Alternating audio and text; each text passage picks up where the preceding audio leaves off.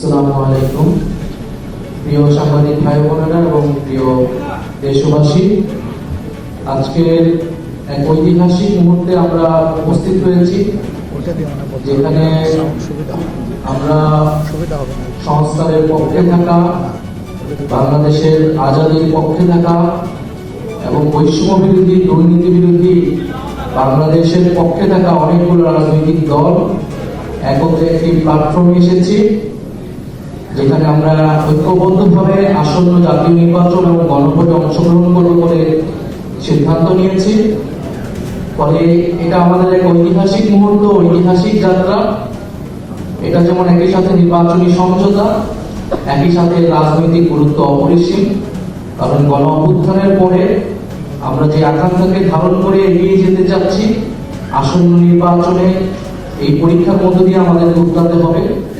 ফলে আমাদের সেই গণ অভ্যুত্থানের আকাঙ্ক্ষিত বাংলাদেশ, আমাদের মহান মুক্তিযুদ্ধের সাম্য, মানবিক মর্যাদা এবং সামাজিক সুবিচারের বাংলাদেশ, এবং আমাদের 1947 সালের যে আজাদীর লড়াই, সকল ঐতিহাসিক লড়াইকে ধারণ করে আমরা এই আসন্ন নির্বাচন এবং গণভোটে একত্রে কাজ করব, ঐক্যবদ্ধ কাজ করব।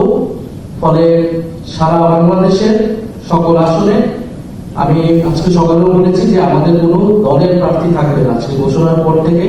সেটা আমাদের এই নির্বাচনী সমঝোতা বা 11 দলীয় নির্বাচনী ঐক্য, তাদের প্রার্থী হিসেবে তারা বিবেচিত হবে এবং আমরা সবাইকে সহযোগিতার মাধ্যমে জনগণের পক্ষে, ন্যায়ের পক্ষে আমরা এই নির্বাচনকে ফলাফল নিয়ে আসবো এবং বাংলাদেশ সামনের দিকে এগিয়ে যাবে, এটাই আমাদের প্রত্যাশা।